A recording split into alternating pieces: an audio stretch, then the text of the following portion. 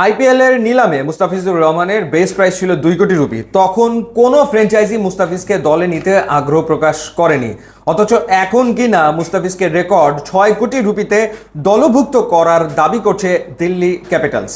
কেন, কি কারণে হঠাৎ করে এত টাকা দিয়ে ফিসকে দলে নিতে চাওয়ার কারণটা আসলে কি, এবং এটা রেকর্ড। এর আগে 2009 সালে কলকাতা নাইট রাইডার্স মাশরাফি বিন মুর্তজাকে দলভুক্ত করেছিল $6 লাখ, এবং সেই সময়ে সেটা ছিল অলমোস্ট প্রায় 4 কোটি রুপি। সেই হিসেবে এবার রেকর্ড। অথচ দিল্লি ক্যাপিটালসের ম্যাচ বাকি আছে আর 3টা, সর্বনিম্ন 3 ম্যাচ, আর যদি খেলতে পারে তারা শেষ 4-এ নকআউট স্টেজে, তাহলে সর্বোচ্চ 6 ম্যাচ। সর্বোচ্চ 6 ম্যাচের জন্য মুস্তাফিজকে তারা দলে নিতে চাইছে 6 কোটি রুপিতে। এর কারণটা আসলে কি? এর ভিতরে আবার ইন্টারেস্টিং ব্যাপার, বাংলাদেশের টি-20 সিরিজ আছে সংযুক্ত আরব আমিরাতের বিরুদ্ধে, এবং সেটা 17 এবং 19 মে।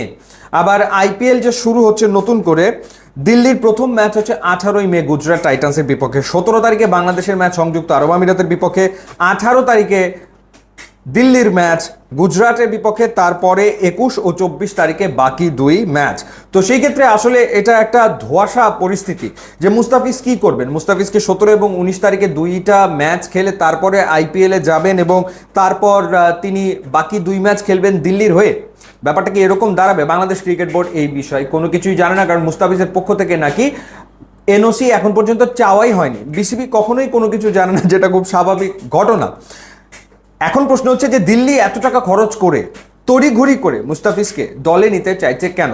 তারা বলেছে যে Australian cricketer McGurk, Jack fresher McGurk, তিনি ব্যক্তিগত কারণে আইপিএল আর ফিরছেন না, সেই কারণে মুস্তাফিজকে নেওয়া হয়েছে। এবং 9 কোটি রুপিতে রিটেইন করেছিল ম্যাকগার্ককে দিল্লি ক্যাপিটালস। সেই কারণে তাদের পারচেজ পাওয়ার আছে, তাদের কাছে টাকা আছে, সেই কারণে মুস্তাফিজকে তারা এত টাকা দিয়ে নিতে চাইছে। কিন্তু আসল ঘটনা যেটা বোঝা যাচ্ছে সেটা হলো যে মিচেল স্টার্ক, দিল্লি ক্যাপিটালসের যে মূল বোলার, মিচেল স্টার্ক আর আইপিএলে খেলবেন কিনা সেটা এখনো অনিশ্চয়তার ভেতরেই আসলে রয়েছে। মিচেল স্টার্ক এখন পর্যন্ত 12 ম্যাচে 14 উইকেট নিয়েছেন, এবং তিনি দিল্লির পক্ষে সর্বোচ্চ উইকেট টেকার। এরপরে মুকেশ কুমার 10 ম্যাচে 10 উইকেট নিয়েছেন, দুষ্মান চামিরা 5 ম্যাচে 3 উইকেট নিয়েছেন, মোহিত শর্মা 7 ম্যাচে 2 উইকেট নিয়েছেন, এরপর নটরাজন 2 ম্যাচে 1 উইকেট পেয়েছেন। সো ওভারঅল যে ফাস্ট বোলিং ডিপার্টমেন্ট দিল্লির, সেটা লিড করছিলেন আসলে মিচেল স্টার্ক, যিনি 12 ম্যাচে 14 উইকেট নিয়েছিলেন। তিনি আসবেন কিনা তার কোনো ঠিক ঠিকানা আসলে নেই, এবং না আসার সম্ভাবনায় প্রবল। কারণ রিসেন্টলি যেটা হয়েছে, মিচেল স্টার্কের ওয়াইফ, সহধর্মিনী, যার নাম হচ্ছে অ্যালিসা হেলি, যিনি অস্ট্রেলিয়ার মেয়েদের টিমের ক্যাপ্টেন, তিনি কিন্তু আইপিএল চলাকালীন সময় ইন্ডিয়াতে ছিলেন, এবং তিনি ধর্মশালাতেই ছিলেন যেদিন পাঞ্জাব এবং দিল্লির ম্যাচ পণ্ড হয়ে যায়। সেই সময় তিনি সেখানে ছিলেন, এবং সেখানকার অভিজ্ঞতা তিনি কিন্তু একটা পডকাস্টে রিসেন্টলি শেয়ার করেছেন।